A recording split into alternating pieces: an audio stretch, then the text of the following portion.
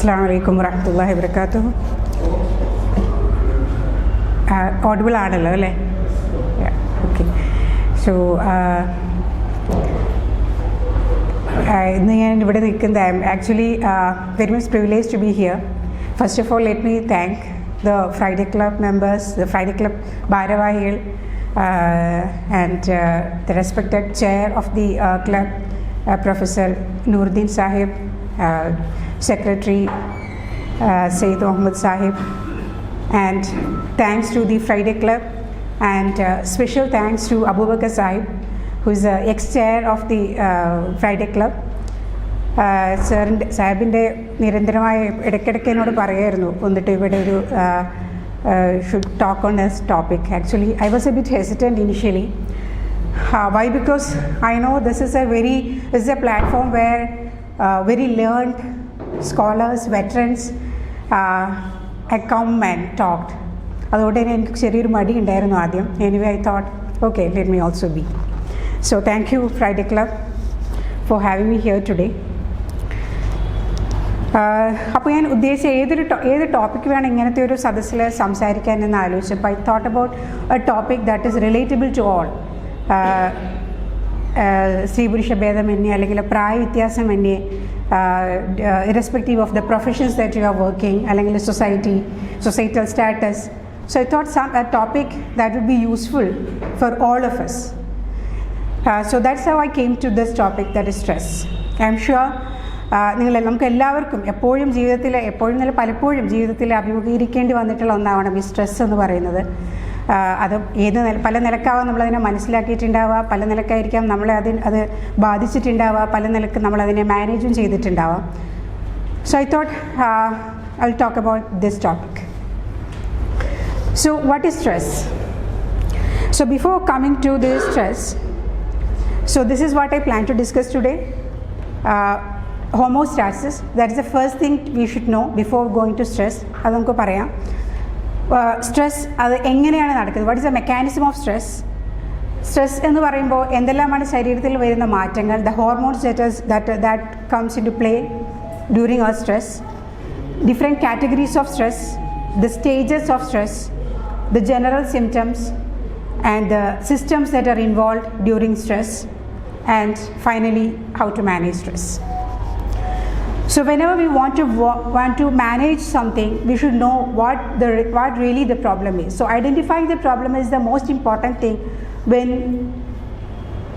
before you delve into managing it or to find a solution for it.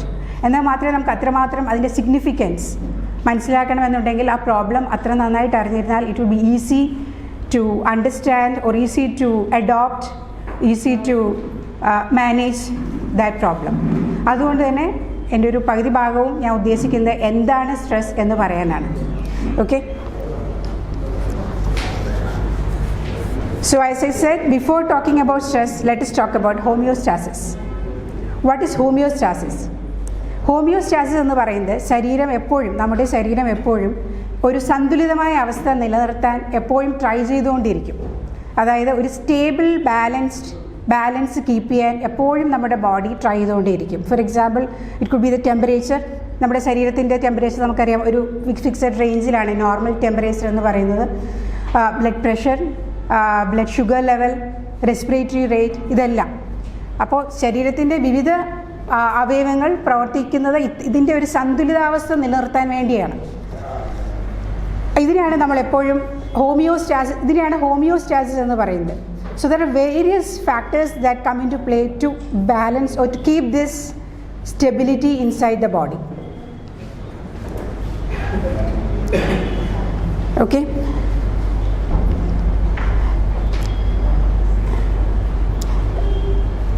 And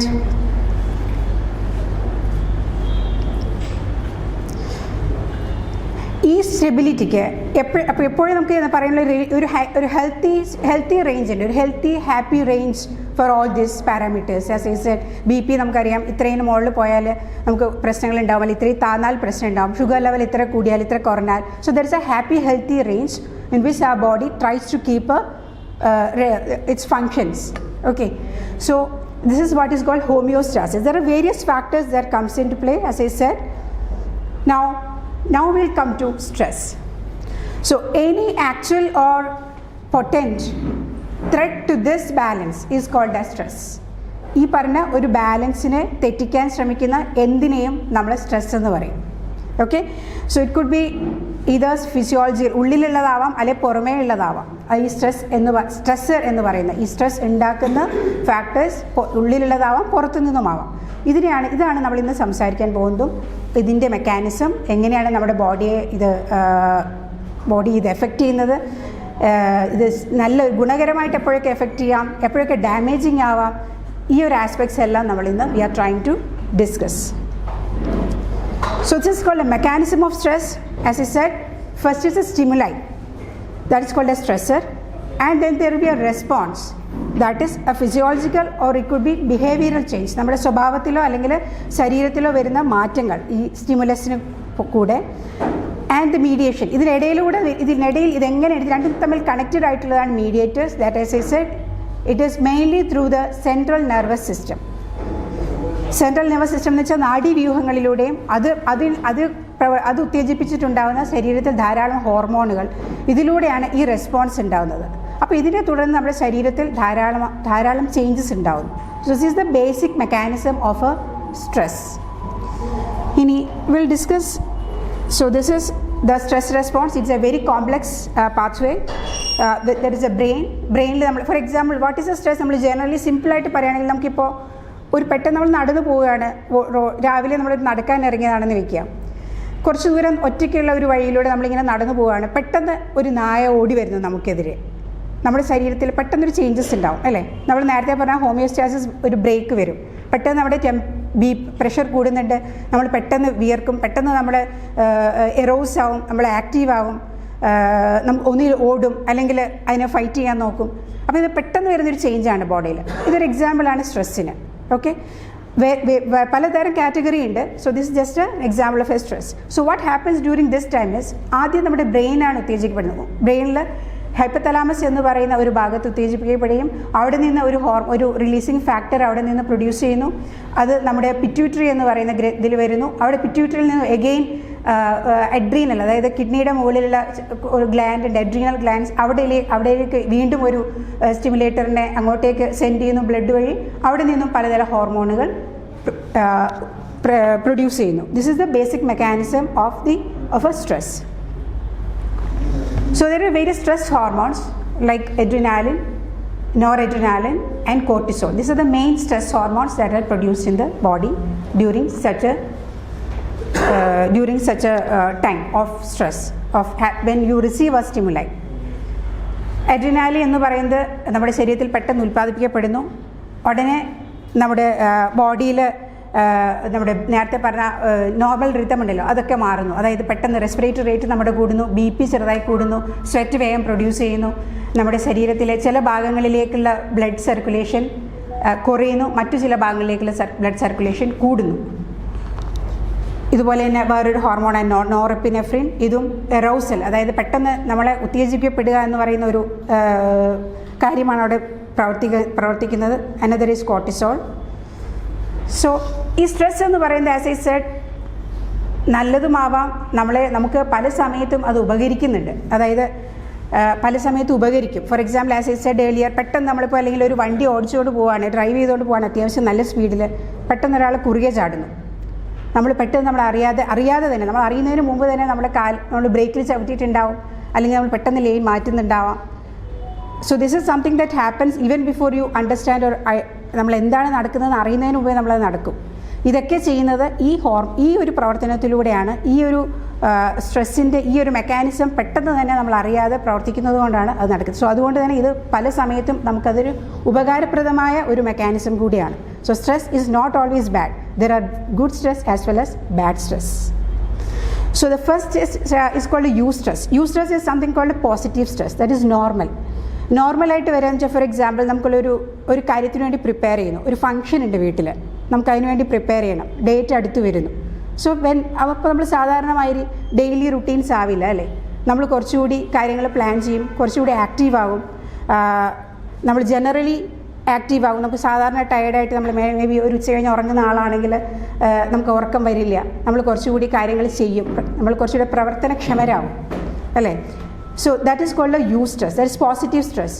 അല്ലെങ്കിൽ ഒരു exam വരുന്നു, ആ എക്സാമിൻ്റെ ടൈം ആകുമ്പോഴേക്കും നമ്മൾ കുറച്ചും കൂടി അലേർട്ടാവും, കുറച്ചുകൂടെ സമയം നമുക്ക് പഠിക്കാൻ പറ്റും. സാധാരണഗതിയിൽ നമ്മൾ ഒരു അരമണിക്കൂർ വായിക്കുമ്പോൾ നമുക്ക് ഉറക്കം വരുന്ന ആളാണെങ്കിൽ നമുക്കൊരു കാര്യം പ്രിപ്പയർ ചെയ്യാനുണ്ട്, ഒരു സ്പീച്ച് പ്രിപ്പയർ ചെയ്യാനുണ്ട്, അല്ലാന്നുണ്ടെങ്കിൽ ഒരു എക്സാമിന് എഴുതാനുണ്ടെങ്കിൽ നമുക്ക് അത്ര വേഗം അരമണിക്കൂർ കഴിയുമ്പോൾ ഉറക്കം വരില്ല. നമ്മൾ കുറച്ചുകൂടി നമ്മൾ അലേർട്ട് ആൻഡ് ഫോക്കസ്ഡ് ആവും, നമ്മുടെ കോൺസെൻട്രേഷൻ മാറിപ്പോവില്ല. So that is called A U stress. അത് നോർമൽ നമുക്ക് ഹെൽപ്ഫുൾ ആയിട്ടുള്ള ഒരു സ്ട്രെസ്സാണ്. So that is called positive stress. Now another thing is like a acute stress. നമ്മൾ നേരത്തെ പറഞ്ഞമാതിരി നമ്മൾ റോഡിലൂടെ വണ്ടി ഓടിച്ച് നല്ല സ്പീഡിൽ പോകാമെന്ന് വെക്കുക, പെട്ടെന്ന് ഒരാൾ ക്രോസ് ചെയ്യും, നമ്മൾ എക്സ്പെക്ട് ചെയ്യാത്ത ഒരു സ്ഥലത്ത് വെച്ചിട്ട് പെട്ടെന്ന് ക്രോസ് ചെയ്യുന്നു. അപ്പോൾ ദാറ്റ് ഇസ് ലൈക്ക് എ ത്രെട്ടാണ്, നമുക്ക് പെട്ടെന്നൊരു ത്രെട്ട് വരികയാണ്, ഒരു ഭീഷണിയാണ് നമുക്ക്. നമ്മുടെ ആ ഒരു നോർമലായി പോകുന്ന നമ്മൾ റെഗുലറായിട്ട് വളരെ കെയർ ഫ്രീ ആയിട്ട് പോകുന്ന ഒരു കാര്യത്തിൽ പെട്ടെന്നൊരു ത്രെട്ട് വരുന്നു. So that is called acute stimuli ആണത്.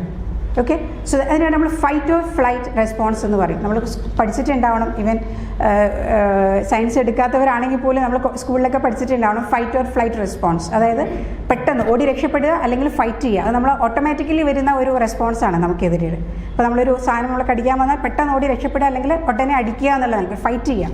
So that is A fight or flight response. That is again as part of a stress. So this is again a helpful one. So these are the negative stresses that we are going to talk about now today. So this is a chronic stress. Chronic stress പല നിലക്ക് വരാം. ഇപ്പോൾ നേരത്തെ പറഞ്ഞ മാതിരി ഒരു acute stress വരുന്നു, അത് കുറച്ച് സമയം നിൽക്കുന്നു, അത് പോകുന്നു, അതായത് ആ സ്റ്റിമുലൈ നമ്മൾ പോവുകയാണ് ചെയ്യുന്നത്. അപ്പോൾ ആ ഒരു മെക്കാനിസത്തിൽ പെട്ടെന്ന് നമുക്കറിയാം ഒരു എറോസൽ ഉണ്ടാകുന്നു, അത് നമ്മൾ ആക്ട് ചെയ്യുന്നു, എന്നിട്ട് ആ സ്റ്റിമുലസ് പോകുന്നതോറും നമ്മൾ ബാക്ക് ടു നോർമൽ ആവുന്നുണ്ട്. ഓക്കെ, അപ്പോൾ നമ്മുടെ ബോഡി വീണ്ടും നേരത്തെ പറഞ്ഞ മാതിരി ആ ഹോമിയോസ്റ്റാസിസ് എന്ന് പറയുന്ന ആ ഒരു ബാലൻസിലേക്ക് തിരിച്ചെത്തുന്നുണ്ട്. Okay, now in a chronic stress, this is something, this is affected. That is, we have a long-term stimuli. For example, it could be ഒരു എക്സ്റ്റെൻഡഡ് പീരീഡിൽ നിൽക്കുന്ന ഒരു സ്റ്റിമുലൈ ആയിരിക്കാം. അതായത് മേ ബി ചില അസുഖങ്ങളായിരിക്കാം.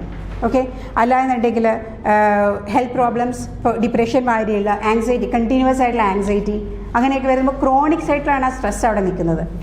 എപ്പിസോഡിക് അക്യൂട്ട് സ്ട്രെസ് അതാണ് വേറൊന്ന്. നേരത്തെ പറഞ്ഞ ഒരു അക്യൂട്ട് സ്ട്രെസ് വളരെ കുറച്ച് നേരം നിൽക്കുന്നു, പെട്ടെന്ന് അത് പോകുന്നു, അത് കഴിയുന്നു. ഇത് ഇടയ്ക്കിടയ്ക്ക് വരുന്നതിനാണ് എപ്പിസോഡായിട്ട് വരിക, എപ്പിസോഡിക് അക്യൂട്ട് സ്ട്രെസ്. അത് എങ്ങനെ ഉണ്ടാവുക എന്ന് വെച്ചാൽ പൊതുവേ ഒരു ഓർഗനൈസ്ഡ് അല്ലാത്ത, നമ്മളിപ്പോൾ ഒരു സിസ്റ്റമാറ്റിക്കായിട്ട് കാര്യങ്ങൾ ചെയ്യുകയും സിസ്റ്റമാറ്റിക്കായിട്ട് നമ്മുടെ റുട്ടീനെല്ലാം സെറ്റ് ചെയ്ത ഒരാൾക്ക് ഏകദേശം കാര്യങ്ങളൊക്കെ ഒരുവിധം മാനേജ് ചെയ്യാൻ പറ്റും. അതേസമയം ഒരു കാവോട്ടിക്കായിട്ടുള്ളൊരു ലൈഫ് സ്റ്റൈൽ ചെയ്യുന്ന ആൾ, അതായത് ഉറങ്ങുന്നതിനോ ഉണരുന്നതിനോ കാര്യങ്ങൾ ഭക്ഷണം കഴിക്കുന്നതിനോ ഒന്നും കൃത്യസമയമില്ല, അല്ലെങ്കിൽ ഭയങ്കരമായിട്ട് ഇടയ്ക്കിടയ്ക്ക് വർക്ക് പ്ലേസിൽ ധാരാളം ഡെഡ് ലൈൻസ് ഉണ്ട്, അപ്പോൾ അതൊക്കെ മീറ്റ് ചെയ്യണം, അത് ഇടയ്ക്കിടയ്ക്ക് വരുന്നുണ്ട്. അപ്പോൾ ഇങ്ങനെയുള്ളവരുടെ പൊതുവേ ഒരു ഓർഗനൈസ്ഡ് ആയിട്ടുള്ള ഒരു സിസ്റ്റമാറ്റിക് ആയിട്ടുള്ള റുട്ടീൻ ഉണ്ടാവില്ല.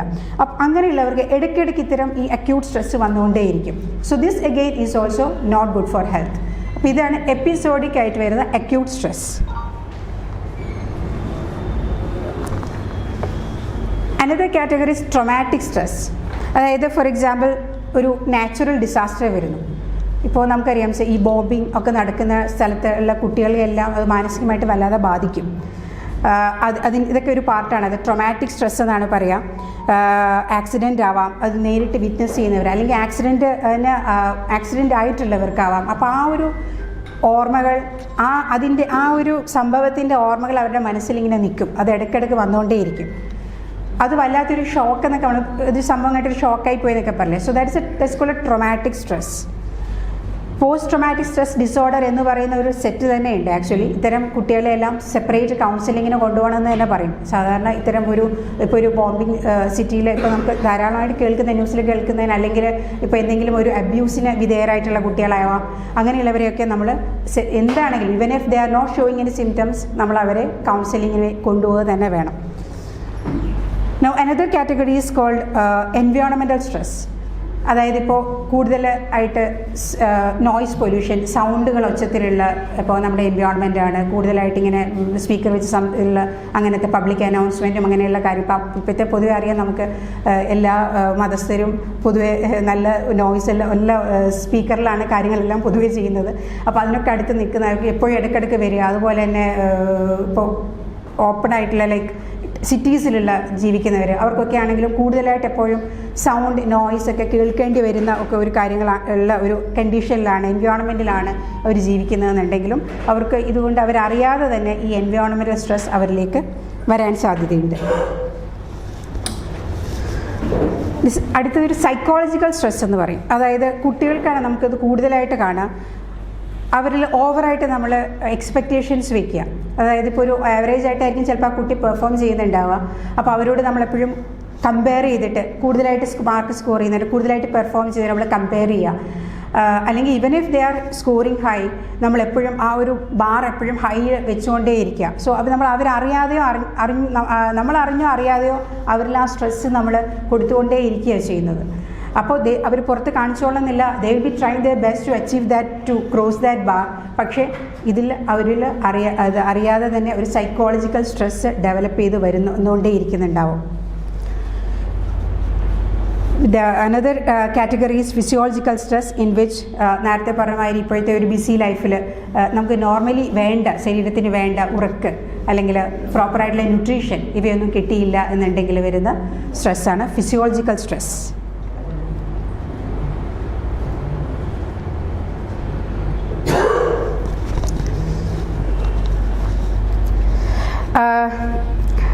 ഈ സ്ട്രെസ്സിന് 3 സ്റ്റേജാണുള്ളത്. അതായത് ജനറൽ അഡാപ്റ്റേഷൻ സിൻഡ്രോം എന്ന് പറയും. ഫസ്റ്റ് സ്റ്റേജിൽ നമ്മൾ നേരത്തെ പറഞ്ഞ പോലെ അലാം സ്റ്റേജാണ്. അതായത് പെട്ടെന്നൊരു സ്ട്രെസ്സ് വരുമ്പോൾ നേരത്തെ പറഞ്ഞ പോലത്തെ ആ ബോഡി മെക്കാനിസം എല്ലാം പെട്ടെന്ന് പ്രവർത്തിക്കുന്നു. നമ്മുടെ നെർവസ് സിസ്റ്റം സ്റ്റിമുലേറ്റഡ് ആവുന്നു. അവിടെ നിന്നും പെട്ടെന്ന് ഹോർമോൺസ് റിലീസ് ചെയ്യുന്നു ബ്ലഡിലേക്ക്. അങ്ങനെ ആ ഹോർമോൺസ് പല ഓർഗൻസിലും ചെന്നിട്ട് അതിൻ്റെതായ രീതിയിൽ പ്രവർത്തിക്കുന്നു. അപ്പോൾ അതിൽ ആദ്യം വരുന്നത് ഫസ്റ്റ് വരുന്നതാണ് ഫൈറ്റിംഗ് അതായത് അലാം സ്റ്റേജാണ്. ആ ബോഡിയിൽ പെട്ടെന്ന് ബോഡീനെ നമ്മൾ പ്രിപ്പയർ ചെയ്യുക ചെയ്യുന്നത് അതിനോട് ആക്ട് ചെയ്യാൻ. ഫോർ എക്സാമ്പിൾ നമ്മളിപ്പോൾ എങ്ങനെയാണ് ആക്ട് ചെയ്യുന്നത് വെച്ചാൽ ആദ്യത്തെ സ്റ്റേജിൽ ചില കാര്യങ്ങൾ നേരത്തെ പറഞ്ഞ ഇതിലേക്ക് ചില ഏരിയാസിലേക്കുള്ള ബ്ലഡ് സപ്ലൈ കൂടുകയും ചില ഏരിയാസിലെ ബ്ലഡ് സപ്ലൈ കുറയുകയും ചെയ്യും. അതായത് ഫോർ എക്സാമ്പിൾ മസ്കുലോസ്കെലിറ്റൽ സിസ്റ്റം, നമ്മുടെ ശരീരത്തിൽ മസിൽസ് അല്ലെങ്കിൽ ബോൺ അങ്ങനത്തെ കാര്യങ്ങളിലേക്ക് വേഗം കൂടുതലായിട്ട് ബ്ലഡ് സപ്ലൈ കൂടും. അതായത് എപ്പോഴും നമുക്ക് അതുപോലെ തന്നെ ഹൃദയത്തിൻ്റെ പ്രവർത്തനം കൂടും. റെസ്പിറേറ്ററി സിസ്റ്റം, ശ്വാസകോശത്തിൻ്റെ പ്രവർത്തനം കൂടും. അതേസമയം ഡൈജസ്റ്റീവ് സിസ്റ്റം, നമ്മുടെ ആമാശയം, കുടലുകൾ ഇവയിലേക്കുള്ള ബ്ലഡ് സപ്ലൈ കുറയും. അതുപോലെ തന്നെ ഇമ്മ്യൂൺ സിസ്റ്റം അതും നമുക്ക് ഒന്ന് ഡൗൺ ആവും ഈ സമയത്ത്. അതേപോലെ തന്നെ നമ്മുടെ ഇമ്മ്യൂണിറ്റി കുറയുന്ന പോലെ തന്നെ റീപ്രൊഡക്റ്റീവ് സിസ്റ്റം അതിലേക്കുള്ള ബ്ലഡ് സപ്ലൈയും കുറയും. അപ്പോൾ ഉത്തേജിക്കപ്പെടുന്ന ചില ഓർഗൻസ് ഉണ്ട്, ചില സിസ്റ്റംസ് ഉണ്ട്. അതേപോലെ തന്നെ അതിനെ ഡിപ്രസ് ചെയ്യുന്ന ചില സിസ്റ്റം, അതായത് ബ്ലഡ് സപ്ലൈ എല്ലാം പൊതുവെ കുറയുന്നത്. അപ്പോൾ ഏത് സിസ്റ്റം തന്നെയാണ് നമ്മൾ ഉത്തേജിക്കപ്പെടുന്നത് വെച്ചാൽ ആ പെട്ടെന്നുള്ള ഒരു ആക്ഷൻ വേണ്ട സിസ്റ്റംസ്. അതായത് നമുക്കിപ്പോൾ ഒരു സ്റ്റിമുലസ് വന്നാൽ പെട്ടെന്ന് നമ്മുടെ ശരീരത്തിലെ മസ്കുലോസ്കെലിറ്റൽ സിസ്റ്റം ആക്ട് ചെയ്യണം അല്ലേ. അപ്പോൾ അതുകൊണ്ട് തന്നെ മസിൽസിലേക്കുള്ള ബ്ലഡ് സപ്ലൈ കൂടും. അതേസമയം കാർഡിയോവാസ്കുലർ സിസ്റ്റവും അതേപോലെ തന്നെ പെട്ടെന്ന് നമുക്ക് ബ്ലഡ് സർക്കുലേഷൻ കൂടണം, അപ്പോൾ പമ്പിങ് കൂടണം. അതുകൊണ്ട് തന്നെ കാർഡിയോവാസ്കുലർ സിസ്റ്റവും കൂടുതലായിട്ട് പ്രവർത്തിക്കും. അതേപോലെ തന്നെ റെസ്പിറേറ്ററി സിസ്റ്റം, ബോഡിക്ക് കൂടുതലായിട്ട് ഓക്സിജൻ വേണം. അപ്പോൾ അതുകൊണ്ട് തന്നെ റെസ്പിറേറ്ററി സിസ്റ്റത്തിൻ്റെ പ്രവർത്തനവും കൂടും. റെസ്പിറേഷൻ നമുക്കറിയാം പെട്ടെന്ന് നമ്മുടെ ശ്വാസത്തിൻ്റെ ത്വരിതഗതിയിലാവും അല്ലേ, റെസ്പിറേറ്ററി റേറ്റ് കൂടും നമ്മുടെ. അതേസമയം ഇതാണ് നമ്മൾ കൂടുന്നത്. അതേസമയം ഡൈജസ്റ്റീവ് സിസ്റ്റം, നമ്മുടെ എന്താ പറയുക ദഹനത്തിനുള്ള കാര്യങ്ങൾ, ആമാശയം, കുടലുകൾ ഇതിലേക്കുള്ള രക്ത ഓട്ടങ്ങൾ കുറയും. എന്ന് വെച്ചാൽ അത് പിന്നെ ചെയ്താൽ മതി, പിന്നെ ആയാൽ മതി, ഉടനെ നമുക്കത് ആവേണ്ട കാര്യമില്ല. അപ്പോൾ അതുകൊണ്ട് തന്നെ അതിനെ സപ്രസ് ചെയ്തുകൊണ്ടാണ്, അതിനെ കോംപ്രമൈസ് ചെയ്തിട്ടാണ് ഈ സിസ്റ്റത്തിലേക്കുള്ള ബ്ലഡ് സപ്ലൈ കൂടുന്നത്. ഓക്കെ, സോ അതാണ് നമ്മൾ ആദ്യം സംഭവിക്കുന്നത്. This is called alarm stage. ഇതിന് നമ്മളെ ബോഡിയെ പ്രിപ്പയർ ചെയ്യുന്നത് പെട്ടെന്ന് നമ്മൾ ആക്ട് ചെയ്യാൻ വേണ്ടിയിട്ട്. രണ്ടാമത്തെ സ്റ്റേജാണ് റെസിസ്റ്റൻസ് സ്റ്റേജ് എന്ന് പറയും. അതായത് നമ്മൾ ഏകദേശം അഡാപ്റ്റ് ചെയ്യുകയാണ് ബോഡി ആ ഒരു സ്ട്രെസ്സിനോട്. ഇതിനെ നമ്മൾ സ്റ്റേജ് ഓഫ് റെസിസ്റ്റൻസ് എന്ന് പറയും. അപ്പോൾ നമുക്ക് പതുക്കെ ചെറുതായിട്ട് ബോഡി കുറച്ചുകൂടെ കാം ഡൗൺ ആവും. Third is called exhaustion. ഈ സ്ട്രെസ് കുറച്ചുകൂടെ കൂടുതലായിട്ട് നിന്നാൽ നമ്മുടെ ബോഡി എക്സോസ്റ്റഡ് ആവും. അതായത് ഇത് ഈ നമ്മുടെ എന്താ പറയുക ന്യൂട്രിയൻസ്, നമ്മുടെ ന്യൂട്രീഷൻ അല്ലെങ്കിൽ energy level, not nutrition, energy level ഒന്ന് കുറയും. നമ്മൾ ആദ്യം ഒന്ന് കൂടുതലായിട്ട് ഉത്തേജിക്കപ്പെടുന്ന പോലെ തന്നെ ഒരു ലോവർ ലെവലിൽ വന്നിട്ട് എഗെയിൻ നമ്മൾ കൂടുതലായിട്ട് നേരം ആ സ്റ്റിമുലസ് നിൽക്കുകയാണെങ്കിൽ നമ്മൾ എക്സോസ്റ്റഡ് ആവും. So this are the 3 stages in that happens. So this A healthy stress pattern. You can see നമ്മുടെ നോർമലിൽ നിന്ന് ആ എക്സൈറ്റഡ് ഫേസിലേക്ക് പോകുന്നു, ദാറ്റ് ഇസ് ആ ഓ എന്ന് പറയുന്നത്. പിന്നെ വീണ്ടും നേരെ താഴേക്ക് അത് റിലാക്സ്ഡ് ആയിട്ടുള്ള ഫേസിലേക്ക് വരുന്നു, goes back to normal. This is a healthy stress pattern. Now this is an unhealthy stress pattern. There are repeated ROs up and down. There's excited, relaxed, then again excited, then relaxed. So this finally ends in breakdown. This is burnout. If this stimuli, ഈ stressor കൂടുതൽ നേരം നിലനിൽക്കുകയാണെങ്കിൽ ഇത് burn out എന്ന് പറയുന്ന ഫേസിലേക്ക് എത്തും. Now burn out എന്താണെന്ന് വെച്ചാൽ നമ്മുടെ ഫിസിക്കലിയും ശാരീരികമായും നമ്മൾ ഇമോഷണലിയും വൈകാരികമായും നമ്മൾ മൊത്തത്തിൽ എക്സോസ്റ്റഡ് ആയി പോകുന്ന ഒരവസ്ഥയാണ് ബേൺ ഔട്ട് എന്ന് പറയുന്നത്. നമ്മുടെ ക്രിയാത്മകതയും നമ്മുടെ കായികമായ എല്ലാ ക്ഷമതയെയും ഇത് ഇല്ലാതാക്കുന്ന ഒരവസ്ഥേനെയാണ് ബേൺ ഔട്ട് ഫേസിലേക്ക് വരുന്നത്. ആർക്കാണ് ബേൺ ഔട്ട് ഉണ്ടാവുക? Anyone who can suffer a burnout, and burnout can be treated, it can be overcome, and it can be prevented in the future. So this is in general about what happens during stress. I think we can go past to the next phase. What are the symptoms? നമ്മൾ ഈ burnout ആയി കഴിഞ്ഞാൽ എന്താണ് വരുന്നത്, എങ്ങനെയൊക്കെയാണ് അത് നമ്മളിൽ എന്തൊക്കെ ലക്ഷണങ്ങളാണ് കാണിക്കുന്നത് എന്ന് നോക്കാം. ജനറലി നമുക്ക് മൊത്തത്തിൽ പറയുകയാണെങ്കിൽ നമ്മൾ കാര്യങ്ങളോട് പ്രതികരിക്കുന്ന രീതിയെ അത് ബാധിക്കും. അതപ്പോൾ സ്റ്റിമുലസ് ഉണ്ടായിക്കൊള്ളണമെന്നില്ല. ഇത് ഇടയ്ക്കിടയ്ക്ക് വന്നു പോകുന്ന ആൾക്ക് മൊത്തത്തിൽ അവരുടെ ബിഹേവിയറൽ പാറ്റേണിനെ ബാധിക്കും. നമുക്ക് പെട്ടെന്ന് ദേഷ്യം വരാം, പെട്ടെന്ന് ഫ്രസ്ട്രേറ്റഡ് ആവാം, പെട്ടെന്നൊരു അക്ഷമ കാണിക്കാം, ഫോക്കസ് കുറയാം. അതേപോലെ തന്നെ നമുക്ക് ഡിപ്രഷൻ, സാഡ്നെസ്, എപ്പോഴും ഒരു ജീവിതത്തിനോട് പൊതുവെ വിരക്തി തോന്നുക, ഇത്തരം കാര്യങ്ങൾ, അങ്ങനെ ജനറൽ ആയിട്ടുള്ള സിംറ്റംസാണ് വരുന്നത് എന്നാണ്. ദാറ്റ് ഇസ് ബിഹേവിയറൽ ആയിട്ട് വരുന്ന ചേഞ്ചസ്. ഇൻ്റർപേഴ്സണൽ പ്രോബ്ലംസ് ആയിട്ട് വരാം. അതായത് ഇപ്പോൾ ഫാമിലി റിലേഷനെ ബാധിക്കാം, ഫ്രണ്ട്ഷിപ്പിനെ ബാധിക്കാം. അതേപോലെ തന്നെ സ്കൂളിലെ കുട്ടികൾക്കാണെങ്കിലും സ്കൂളിങ്ങിൽ പോകാനുള്ള മടി, വിരക്തി അതെല്ലാമായിട്ട് പ്രസൻറ്റ് ചെയ്യാം. പൊതുവെ കാര്യങ്ങളിൽ നിന്നെല്ലാം വിഡ്രോ ചെയ്യാൻ, എല്ലാം ഒരു ഉൾവലിഞ്ഞിട്ടുള്ള ഒരു ഫേസിലേക്ക് പതുക്കെ പോവാം. ജോലി സ്ഥലത്താണെങ്കിലും അതേപോലെ തന്നെ may be they are working for long, but the പ്രൊഡക്ടിവിറ്റിനെ ബാധിക്കാം ഇതെല്ലാം. Quality, both quality and quantity can be compromised, but even if they are working, അവർ കൂടുതൽ വർക്ക് ചെയ്യുന്നുണ്ട് എങ്കിലും അതിൻ്റെ പ്രൊഡക്ടിവിറ്റിയെ ബാധിക്കാം. ഫീലിങ്സ് ഓഫ് മീനിങ്ലെസ്, ജീവിച്ചിട്ട് കാര്യമൊന്നുമില്ല, ജീവിതത്തിൽ വലിയ അർത്ഥമൊന്നുമില്ല എന്നുള്ള തോന്നൽ. അതായത് പ്രത്യേകിച്ചും വളരെ എന്തൂസിയാസ്റ്റിക് ആൻഡ് ഡെഡിക്കേറ്റഡ് ആയിട്ടൊക്കെ വർക്ക് ചെയ്തുകൊണ്ടിരുന്ന ആൾക്കാർ പെട്ടെന്ന് ഒരു പുറകേക്ക് പോവുക, ഒന്നിലും മുന്നിലേക്ക് വരാതിരിക്കുക, പിൻവലിയുന്ന ഒരു രീതി കാണുക. ഇതൊക്കെ എല്ലാത്തിനും ഒരു വേണ്ട, ഒന്നും നടക്കില്ല എന്നുള്ള ഒരു തരം പെസിമിസത്തിലേക്ക് മാറുക. ഇതൊക്കെയാണ് നമുക്ക് സാധാരണ ഈ ഒരു സ്റ്റൈലിൽ കാണാൻ പറ്റുക. പിന്നെ ഇതിനെ കോപ്പ് ചെയ്യാൻ ട്രൈ ചെയ്യും. എങ്ങനെയാണ് കോപ്പ് ചെയ്യുക? Sort of destructive coping. അതായത് സബ്സ്റ്റൻസ് അബ്യൂസ്, നമ്മളിപ്പോൾ സാധാരണ ഗതിയിൽ കണ്ടുവരുന്ന കൂടുതലായിട്ട് ഡ്രഗ്സ് ഡിപ്പെൻഡൻസി വരാം, മോർ ആൽക്കഹോൾ ആൻഡ് ഡ്രഗ്സ്. അതുപോലെ തന്നെ ഭക്ഷണമൊന്നും പ്രോപ്പറായിട്ടുള്ള ഈറ്റിംഗ് ഹാബിറ്റ്സിനെയൊക്കെ അത് ബാധിക്കാം. Drinking more coffee, because coffee പെട്ടെന്നൊരു സ്റ്റിമുലൻ്റായിട്ട് വർക്ക് ചെയ്യും, അതുകൊണ്ട് ഇത് റിപ്പീറ്റഡായിട്ട് ഇടയ്ക്കിടയ്ക്ക് കൂടുതലായിട്ട് കുടിക്കുക. അത്തരം ഒരു എക്സ്റ്റേണൽ ഒരു സ്റ്റിമുലസിന് വേണ്ടി അവർ ട്രൈ ചെയ്യും. അനദർ ഈസ് റിയാക്ടിങ് ഇമോഷണലി, അതായത് ചെറിയ കാര്യത്തിനും വളരെ എക്സാജറേറ്റഡ് ആയിട്ട് അതിനോട് റിയാക്ട് ചെയ്യാം. Strong reaction to minor problems and reacting those are misplaced, അതായത് വേണ്ടതല്ലാത്ത രീതിയിൽ എന്താ പറയുക, സിറ്റുവേഷനോട് അനുയോജ്യമല്ലാത്ത രീതിയിൽ പെരുമാറുക. Getting away physically but not mentally, അതായത് അവർ ചില സാഹചര്യങ്ങൾ ചിലപ്പോൾ അവർ വരാതിരിക്കാം, പക്ഷേ അവർ മെൻ്റലി അവരൊന്നും മാറുന്നില്ല, അവർ ഉള്ളിൽ അത് റൂമിനേറ്റ് ചെയ്തുകൊണ്ടേയിരിക്കും. പ്ലസൻ്റ് ആയിട്ടുള്ള ആക്ടിവിറ്റീസ്, അത്തരം ഫങ്ഷൻസ്, അതിൽ നിന്നും വിട്ടു നിൽക്കുക. ഇതൊക്കെയാണ് ജനറലി കാണുന്ന behavioural changes. Now coming to the systemic involvement. ഇതെങ്ങനെയാണ് ശരീരത്തിലെ പല അവയവങ്ങളെയും ബാധിക്കുന്നത്? ഈ സ്ട്രെസ് കോർട്ടിസോൾ എന്ന് പറയുന്നത് കാണുന്ന മാതിരി ഒരുവിധം എല്ലാ ഓർഗനെയും ബാധിക്കുന്നുണ്ട്. It's A cardiovascular system. നമ്മുടെ ഹാർട്ടിനെയും രക്തധമനികളെയും എല്ലാം ബാധിക്കുന്നുണ്ട്. ആദ്യം ഈ പറയുന്ന നേരത്തെ ഞാൻ പറഞ്ഞ മാതിരി പെട്ടെന്ന് ഹാർട്ട് റേറ്റ് കൂടുക, അല്ലെങ്കിൽ നന്നായിട്ട് പമ്പിങ് സ്ട്രോങ് ആയിട്ട് നടക്കുക ഒക്കെയാണ് ആദ്യം ചെയ്യുക ആദ്യത്തെ അക്യൂട്ട് സ്ട്രെസ്സിൽ. പക്ഷേ അത് സ്ഥിരമായി നിന്ന് പോകുമ്പോൾ ഈ ഹോർമോൺസ് ഉണ്ടാകുമ്പോൾ എന്താ ചെയ്യുക വെച്ചാൽ ധാരാളമായിട്ട് പമ്പിങ്ങിനെ എപ്പോഴും നമ്മുടെ ബ്ലഡിൻ്റെ ഹാർട്ടിൻ്റെ എഫിഷ്യൻസി അത് ബാധിക്കും.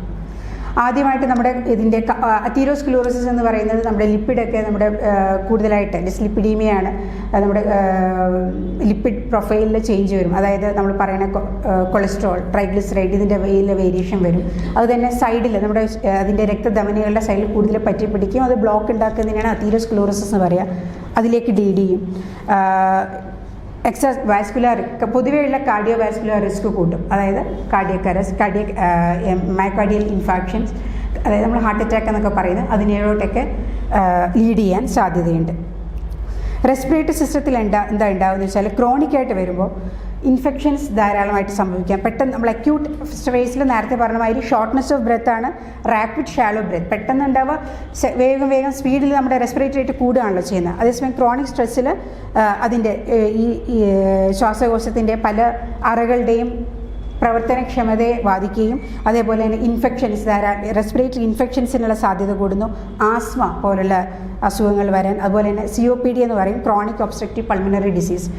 ഈ അസുഖങ്ങളൊക്കെ ഒരുവിധം മാനേജ് ചെയ്ത് പോകാനേ നമുക്ക് പറ്റുള്ളൂ. ട്രീറ്റബിൾ ആയിട്ട് കംപ്ലീറ്റ്ലി ക്യൂറബിൾ അല്ല. ഇറ്റ്സ് ഓൾ മാനേജ് ചെയ്ത് പോകുന്ന അസുഖങ്ങളാണ്. So this are all chronic diseases that eventually leads to the permanent damage of the system. Gastrointestinal system, അതായത് നമ്മുടെ വയറിനെ നമ്മളിപ്പോൾ പറയുന്ന സെക്കൻഡ് ബ്രെയിനാണ് ഗട്ട് എന്നാണ് പറയുന്നത് അല്ലേ. അതായത് നമ്മുടെ ചിന്തകളെയെല്ലാം വളരെയധികം സ്വാധീനിക്കുന്ന ഒന്നാണ് നമ്മുടെ ഡൈജസ്റ്റീവ് സിസ്റ്റം. ഇതിൽ സാധാരണ വരിക പെട്ടെന്ന് ഉള്ള അതായത് സാധാരണയുള്ള മൊട്ടിലിറ്റി ഓഫ് ദ ഇൻറ്റസ്റ്റൈൻ, ഇതിനൊക്കെ സ്റ്റൊമക്കിനും ഇൻറ്റസ്റ്റൈനൊക്കെ ഒരു സ്വാഭാവികമായിട്ടുള്ള ഒരു പ്രവർത്തനം, ഒരു ചലനാത്മകതയുണ്ട്. അതിലൂടെയാണ് നമ്മുടെ ഈ ദഹനവും അതേപോലെ തന്നെ അത് പതുക്കെ ബാക്കി വേസ്റ്റ് പ്രൊപ്പൽഷനും എല്ലാം നടക്കുന്നത്, ന്യൂട്രിയൻറ്റിൻ്റെ അബ്സോർപ്ഷൻ എല്ലാം. അപ്പോൾ ഇതിനൊക്കെ സാരമായി ബാധിക്കുന്നു. അതുകൊണ്ട് തന്നെ റെഗുലറായിട്ടുള്ള വിശപ്പിനെ ബാധിക്കാം, ഇത് ന്യൂട്രിയൻസിൻ്റെ അബ്സോർപ്ഷനെ ബാധിക്കാം. അതുപോലെ തന്നെ കോൺസ്റ്റിപ്പേഷൻ, മലബന്ധം, അത് അല്ലെങ്കിൽ വയറിളക്കം, ഇത്തരം സിംറ്റംസ് ആയിട്ട് പ്രസൻറ്റ് ചെയ്യാം. ഇതിലൊക്കെയും ഏറ്റവും ബുദ്ധിമുട്ടുണ്ടാക്കുന്ന ഒന്നാണ് irritable bowel syndrome. May be ചിലർക്ക് കേട്ടിട്ടുണ്ടാവും. അതും ഇപ്പോൾ നേരത്തെ പറഞ്ഞ മാതിരി വളരെ അത് വന്നു കഴിഞ്ഞാൽ അത് മാനേജ് ചെയ്യുക എന്നുള്ള മാത്രമേ നമുക്ക് പറ്റുള്ളൂ. സോ ദറ്റ്സ് കോൾഡ് ഇറിറ്റബിൾ, നമ്മളെ IBS എന്നൊക്കെ പറയുന്ന ഇറിറ്റബിൾ ബവൽ സിൻഡ്രോം. അതുപോലെ തന്നെ ആമാശയത്തിലുണ്ടാകുന്ന ഗ്യാസ്ട്രോ ഇൻറ്റസ്റ്റൈനൽ സെക്രീഷനെ ഇത് ബാധിക്കാം. അതായത് നമുക്ക് എൻസൈംസ് ഒക്കെ പ്രൊഡ്യൂസ് ചെയ്തിട്ടാണ് നമ്മുടെ ഫുഡിൻ്റെ ഡൈജഷൻ നടക്കുക. അപ്പോൾ അതിനെ ബാധിക്കുന്നു. അതുപോലെ തന്നെ നമ്മുടെ ആമാശയത്തിലുള്ള ധാരാളം നല്ല ബാക്ടീരിയ ഉണ്ട്, ഗുഡ് ബാക്ടീരിയ, അതിനെ ബാധിക്കുന്നു. So overall action, overall damaging ആണ് over a period of time ഇതുകൊണ്ട് സംഭവിക്കുന്നത്. മസ്കുലോസ്കെലിറ്റൽ സിസ്റ്റം, നമ്മുടെ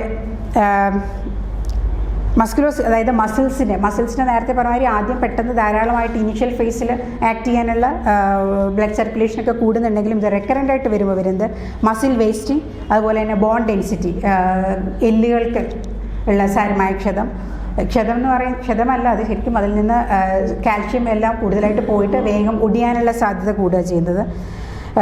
അതുപോലെ തന്നെ മസിൽസിനെ ടെൻഷൻ, ഹെഡേക്സ് മസിൽസിനെ ബാധിക്കുമ്പോൾ, അതുപോലെ തന്നെ നടുവേദന, ശരീരവേദന, അവിടെ ഇവിടെയൊക്കെ വേദന, നമുക്ക് ക്ലിയർ ആയിട്ടുള്ള ഒരു റീസൺ അതിനെ കണ്ടെത്താൻ പറ്റിക്കൊള്ളണമെന്നില്ല. പക്ഷേ ദർ ആർ ആക്ച്വലി പെയിൻഫുൾ ആയിരിക്കും. The person will suffer due to pain.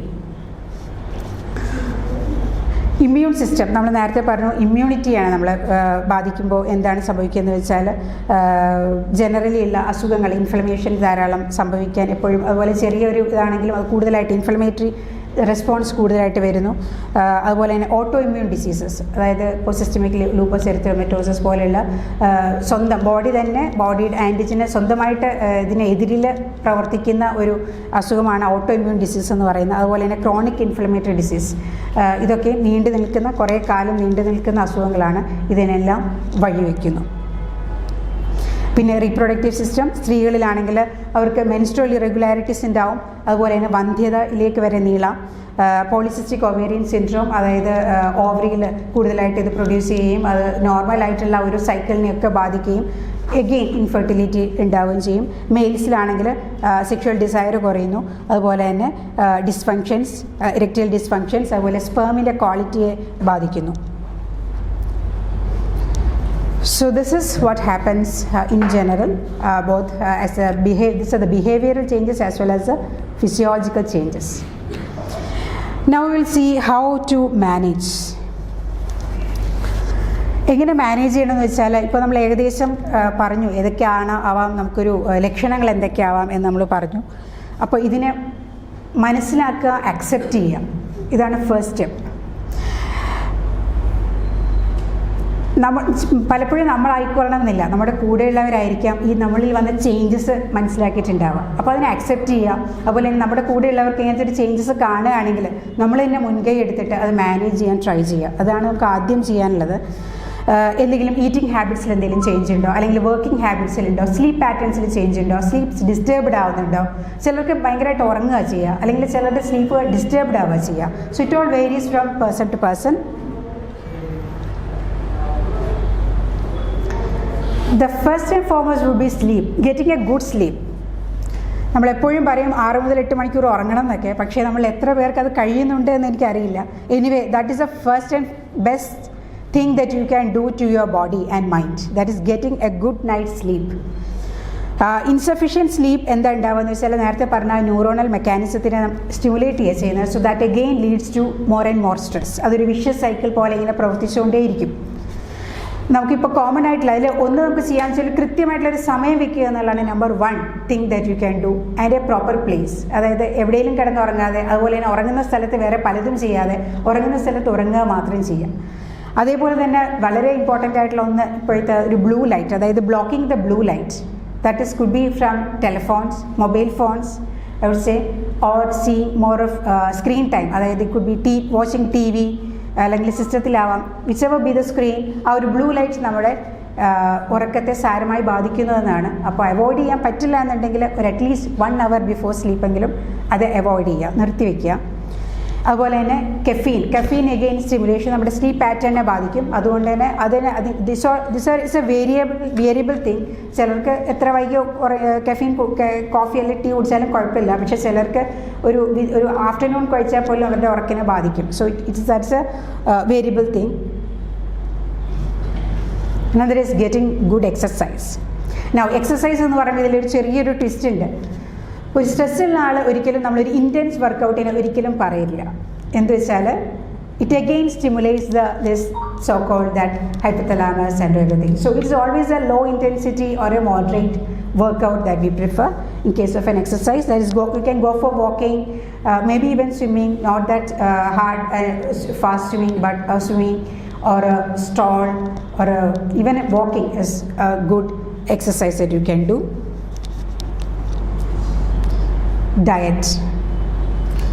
Be sure to eat nutritious diet. So nutritious means you can have everything. Be moderate on everything. Cut down on sugar. Sugar again is a very bad thing. Whichever be the diet that you are following, sugar is a strict no. Especially the white sugar that we all are consuming. Eat high quality protein and eat high quality fats. Dish the caffeine. As I said, avoid caffeine. Get enough potassium. Potassium means like bananas, namkariam kudal ettappazham attaram karyangal. Of course, go for green leafy vegetables, go for fruits, go for proteins. You can have eggs, you can have chicken, but you can have even red meat, but in moderate. So be moderate in everything, but include all the components like the carbs, the proteins, the fats, everything in your food. Especially give more importance to green leafy vegetables and fruits. Meditation. that is having a peaceful, of course, gives you a very peaceful mind. Now, some strategies that you can take. Find opportunities to be kind to others. This is something that you as well as people around you will benefit. Expressing positivity, helping someone, showing gratitude and loving kindness can buffer us against this stress. That is being ഒരാളോട് നന്നായിട്ട് സംസാരിക്കുക, അല്ലെങ്കിൽ ഒരാളൊരു help ചെയ്യുക. May be എന്തെങ്കിലും ഒരു choice ചെയ്യുന്നതിലാവാം, or it could be, need not be always financial. It could be helping them maybe with a work that they are doing, maybe helping them out with maybe a speech, or maybe helping them with their work. എന്തു ആവാം, it need not be financial, but having, or maybe just finding some time to speak to them. That itself could be, especially നമ്മുടെ നാട്ടിൽ ഇപ്പോൾ അറിയാം, നമുക്ക് we are all like getting more and more alone in this time. Nuclear family എന്നൊക്കെ എൻ്റെ സമയത്തൊക്കെ പറഞ്ഞത് 4 പേരാണ്, ഇപ്പോൾ 4 അല്ല 2 ആണ്. So it is become more and more nuclear. So finding time to speak to someone can be a very good stress buster. Shift your mindset. That is, it is, നമ്മളിപ്പോൾ ഒരു പാരഡൈം ഷിഫ്റ്റ് എന്നൊക്കെ പറയില്ലേ, that changing your mindset. അതായത് ഒരു സിറ്റുവേഷനെ നമുക്കൊരു ചലഞ്ചായിട്ട് കാണാതെ, അത് നമുക്കൊരു ഒരു ത്രെട്ടായിട്ട് കാണാതെ, ഒരു ചലഞ്ചായിട്ട് കാണാം, ഒരു ഭീഷണിയായിട്ട് കാണാതെ. അതായത് ഇപ്പോൾ maybe you have to move to another place, വേറൊരു സ്ഥലത്തേക്ക്. നമ്മളിപ്പോൾ ഇത്രയും വർഷങ്ങൾ ജീവിച്ചു വന്ന സ്ഥലത്ത് നിന്ന് വേറൊരു സ്ഥലത്തേക്ക് നമ്മൾ മാറേണ്ടി വരുന്ന ഒരവസ്ഥ, അല്ലെങ്കിൽ നമ്മുടെ ഈ ഒരു വീട് വിട്ട് വേറൊരു വീട്ടിലേക്ക് മാറി വരുമ്പോൾ we have so many memories, so many we are attachment to that particular place or a house. But we are compelled to, നമ്മുടെ ഒരു ജീവിത സാഹചര്യങ്ങൾ നമ്മൾ മാറേണ്ടി വരികയാണെന്ന് വെക്കുക. So don't take it in a negative. May be we are not that happy to move out, പക്ഷേ നമ്മളതിനെ ഒരു ത്രെട്ടായിട്ട് കാണാതെ ഒരു ചലഞ്ചായിട്ട്, I may be able to see more new people, or I may be able to do something new in my home, maybe furnish it in a different way, or experience something new. അങ്ങനെ അതിൻ്റെ നിന്ന് എന്താണോ positive ആയിട്ടുള്ളത് അതിനെ കണ്ടെത്തുവാൻ നമ്മൾ ബോധപൂർവം ശ്രമിക്കുക. So that is something we can do, but that has to be very ഒരു പർപ്പസ്ഫുൾ ആയിട്ടുള്ളൊരു തോട്ടാണ് അതിലേക്ക് കൊടുക്കേണ്ടി വരുന്നത്. Adjust your thoughts. First of all നമുക്ക് സാധാരണ ഒരു ഇതുണ്ട്, എന്തെങ്കിലും ഒരു തെറ്റ് പറ്റിയാൽ നമ്മൾ ഭയങ്കര ക്രിട്ടിക്കലായിട്ട് ചിന്തിക്കും. അതായത് ഞാൻ അങ്ങനെ ചെയ്തത് കൊണ്ടാണ് ഇങ്ങനെ സംഭവിച്ചത്, ഞാൻ അങ്ങനെ പറയേണ്ടായിരുന്നു, ഞാൻ അങ്ങനെ ചെയ്യേണ്ടായിരുന്നു. So that is don't be too self critical. നമ്മൾ അധികം ക്രിട്ടിക്കൽ ആവാതെ ഇരിക്കുക. നമ്മൾ അതായത് be kind to yourself. നമ്മളോട് കൈൻഡ് ആയില്ലെങ്കിൽ വേറെ ആരാണ് കൈൻഡ് ആവുക, അല്ലേ? അപ്പോൾ നമ്മളോട് തന്നെ കൈൻഡ് ആവുക. B gentle with your self and avoid critical self talk. That is very very helpful in keeping that positive energy going.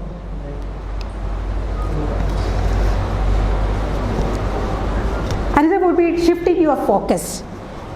അതായത് നമ്മളെ തന്നെ നമുക്കിപ്പോൾ ജീവിത സാഹചര്യങ്ങളിൽ നമുക്കിപ്പോൾ എല്ലാ സ്ട്രെസ് ഉണ്ടാക്കുന്ന സ്റ്റിമുലയെ നമുക്ക് അവോയ്ഡ് ചെയ്യാൻ പറ്റിക്കൊള്ളണം എന്നില്ല. ഇത് പറയാൻ എളുപ്പമാണെന്ന് നമുക്ക് പലപ്പോഴും തോന്നും, പക്ഷേ പലപ്പോഴും അവോയ്ഡ് ചെയ്യാൻ പറ്റാത്ത കുറേ കാര്യങ്ങളുണ്ടാവും. പക്ഷേ നമ്മൾ അതിനെ തന്നെ ഫോക്കസ് ചെയ്ത് അതിനെ തന്നെ നമ്മുടെ ഒരു ഹ്യൂമൻ ടെൻഡൻസിയാണ് റൂമിനേറ്റിംഗ് ഓവർ തിങ്സ്. അതായത് ഇപ്പോൾ ഒരു വിഷമമുള്ളൊരു കാര്യം നമുക്ക് ഉണ്ടെന്നുണ്ടെങ്കിൽ അതിനെക്കുറിച്ച് തന്നെ ചിന്തിക്കുക. അതിൽ നിന്ന് മാറി, അതായത് ഷിഫ്റ്റിംഗ് യുവർ ഫോക്കസ് എന്ന് പറയുമ്പോൾ try to distract yourself. അതിൽ നിന്ന് മാറിയിട്ട് നമ്മുടെ ചിന്തയോ നമ്മുടെ മനസ്സിനെയോ അതിൽ നിന്ന് മാറ്റി വേറെ എന്തിലേക്കെങ്കിലും മാറ്റി വേണ്ടിയിട്ട് പർപ്പസ്ഫുള്ളി ട്രൈ ചെയ്യുക. Maybe you can try, maybe വീട്ടിലാണെങ്കിൽ ഇപ്പം പുതിയ എന്തെങ്കിലും ചെയ്യുക, അല്ലെങ്കിൽ learn a new skill, try to learn a new skill. അല്ലാന്നുണ്ടെങ്കിൽ ഒരു ഗാർഡനിങ് ആണെങ്കിൽ ഗാർഡനിങ് ചെയ്യാം, അല്ലെങ്കിൽ അങ്ങനെ എന്തെങ്കിലും something that try to shift your focus and distract yourself. Try to meet with a friend, a long lost friend, or try a new hobby. So these are, or volunteer. ഇപ്പോൾ എവിടെയെങ്കിലും ഇപ്പോൾ നമ്മുടെ അടുത്ത് തന്നെ ഏതെങ്കിലും ഒരു സ്ഥലങ്ങളുണ്ട്, അവിടെ പോയിട്ട് നമുക്ക് we have free time, try to go there, reach out and volunteer some good work. So this all will help us to shift our focus and bring in positivity. Now this is a technique like a progressive muscle relaxation that involves actually ഒരു group of മസിൽസിനെ നമ്മൾ ബോധപൂർവം നമ്മൾ deep breathing ചെയ്തുകൊണ്ട് you focus on A certain group of muscles. For example, you sit calmly in a place and try to breathe in and try to like focus on yourself, and then focus on some of your, maybe on your lower limb or upper limb, and try to tense that muscle. ആ മസിൽസിനെ ഒന്ന് contract ചെയ്യാൻ ശ്രമിക്കുക. അപ്പോൾ may be നമ്മളൊരു ഇടത്ത് സമാധാനമായിട്ട് അടങ്ങിയിരുന്ന് ചുറ്റും ഒരു സൗണ്ടൊന്നും ഇല്ലാത്തൊരു മുറിയിലിരുന്ന് നമ്മൾ തന്നെ ഉള്ളിലേക്ക് ഫോക്കസ് ചെയ്തുകൊണ്ട് ഏതെങ്കിലും ഒരു മസിൽസിന്, അതായത് നമ്മുടെ could be our facial muscles, or it could be our upper limb or lower limb, or it could be our belly, അങ്ങനെ ഒന്ന് കുറച്ച് നേരം ഇങ്ങനെ ടെൻസ് ആക്കി വെക്കുക. കുറച്ച് നേരം കഴിയുമ്പോഴത്തേക്ക് അത് റിലീസ് ചെയ്യുക. Try doing that multiple times. That all will help you in relaxing your body, your self. This is something that you might be hearing every time, taking slow deep breaths. That actually goes a long way. That is, it actually oxygenates your blood more, so it is really very helpful. Go for a walk, as I said, and when you are going for a walk, do one thing. Don't അപ്പോഴും നമുക്ക് സാധാരണ ഒരു ഇതുള്ളത്, നമ്മൾ നടക്കാൻ പോകുമ്പോൾ okay നമ്മൾ ഒറ്റയ്ക്കാണ്, അപ്പോൾ നമുക്ക് ഇത്തരം ചിന്തകൾ, നമ്മുടെ എന്താണോ പ്രശ്നങ്ങൾ, ആ പ്രശ്നങ്ങൾ വീണ്ടും വീണ്ടും നമ്മുടെ മനസ്സിലേക്ക് കയറി വരും. ആക്ച്വലി അത് ഒഴിവാക്കുക. നമ്മൾ എന്താണെന്ന് വെച്ചാൽ നമ്മൾ എന്താണ് കാണുന്നത്, try to live in that moment. Now you know this mindfulness എന്നെല്ലാം പറഞ്ഞിട്ട് നമുക്കിപ്പോൾ കുറച്ചുകൂടി ഒരു അതിലേക്കെല്ലാം തോട്ട്സ് വന്നിട്ടുണ്ട്. നമ്മൾ എന്താണോ കാണുന്നത്, ട്രൈ ടു എൻജോയ്. നമ്മൾ നടന്നു പോകുമ്പോൾ ഒന്നുമില്ല, വഴിവെക്കിൽ ചിലപ്പോൾ വെറും പുല്ലുകളോ കാടുകളോ ഒക്കെ ആവാം, but try to enjoy the greenery, the life around us. ഇപ്പോൾ ഒരു വഴിയിലൂടെ നടന്നുള്ള അവിടെ ചെറിയ പക്ഷികളാവാം, കിളികളാവാം, ഇതൊന്നും ഇല്ലെങ്കിൽ ചെറിയ മരങ്ങളോ പുല്ലുകളോ എന്തോ ആയിക്കോട്ടെ. Try to live in that moment and enjoy. Try to find that enjoyment in that. So this is mindfulness. Mindfulness actually involves being aware and accepting the present moment. നമ്മളിപ്പോൾ ഇപ്പോൾ ഒരു ബ്രഷ് ചെയ്യുമ്പോൾ രാവിലെ എഴുന്നേറ്റ് നമ്മൾ ഫസ്റ്റ് തിങ് ചെയ്യുന്നത് ആദ്യം വെച്ചാൽ പല്ല് തേക്കുക എന്നുള്ളതാണ്. അപ്പോഴും നമ്മൾ ആ പല്ല് തേക്കുന്നതിൽ കോൺസെൻട്രേറ്റ് ചെയ്യാനാണ് പറയുന്നത്. നമ്മളിപ്പോൾ എന്താ സാധാരണ ആലോചിക്കുക, ഇന്ന് എനിക്ക് ഇവിടെ പോകാനുണ്ട്, ഇന്നത് ചെയ്യാനുണ്ട്, അല്ലെങ്കിൽ ഇന്ന് എനിക്ക് ഇന്നത് കുക്ക് ചെയ്യാനുണ്ട് എന്നാണ് നമ്മൾ ആലോചിക്കുക. But don't do that. So try to focus on what you are doing. അതത്ര എളുപ്പമാവില്ല ചെയ്യുന്നത്, പക്ഷേ നമ്മൾ പ്രാക്ടീസ് ചെയ്താൽ നമുക്കത് വരാവുന്ന തന്നെ ഉള്ളൂ. നമ്മൾ ചെയ്യുമ്പോൾ okay I'm brushing my teeth, ഇങ്ങനെയാണ് ചെയ്യുന്നത്, up and down, it's getting cleaned. അങ്ങനെ ഓരോ കാര്യത്തിലും നമ്മൾ അറിഞ്ഞുകൊണ്ട് മൈൻഡ്ഫുള്ളായിട്ട് പ്രവർത്തിക്കുമ്പോൾ that gives you that inner peace. So that is what happens. അതുപോലെ തന്നെ visualisation, that is another technique. That is trying to bring in to mind positive thoughts, നമുക്ക് നടന്നിട്ടുള്ള നല്ല കാര്യങ്ങൾ. Another is called gratitude list. Gratitude list is being grateful for. നമ്മളപ്പോൾ അത് നമ്മുടെ അല്ലാതെ നമ്മൾ പറയുന്നുണ്ട്, നമ്മളെപ്പോഴും അൽഹംദുലില്ലാ അൽഹംദുലില്ലാ എന്ന് പറയും അല്ലേ, but how much are we really praising God for the blessings that we have. Actually we are blessed. നമ്മൾ ആലോചിക്കുക, നമുക്കിപ്പോൾ ഇതിപ്പോൾ ഞാൻ പറയുന്ന അത്ര എളുപ്പത്തിൽ പ്രവർത്തിച്ചോളാൻ പറ്റുന്നില്ല. Even for me I'm not saying that I'm doing, but at times when you do it, it actually really helps you a lot. Being grateful. ഒന്നും വേണ്ട, നമുക്ക് ഇത്ര വിഷമമുണ്ടെന്നാണ് നേരത്തെ പറഞ്ഞാൽ നമുക്ക് എല്ലാവർക്കും തോന്നുമോ അതങ്ങനെ നടന്നില്ല, ഇങ്ങനെ നടന്നില്ല, ഇങ്ങനത്തെ പ്രശ്നമുണ്ട്. പക്ഷേ see we are at least able to live, we are able to breathe, or we are able to like even pass urine. You know, ഇപ്പോൾ നമ്മളൊരു ഹോസ്പിറ്റലിലൊക്കെ നമ്മൾ കാണും, even for a person, for a patient to pass urine with a machine help of or clean up the blood. That is, if there is some renal complaint, to clean up the blood you have to do a dialysis.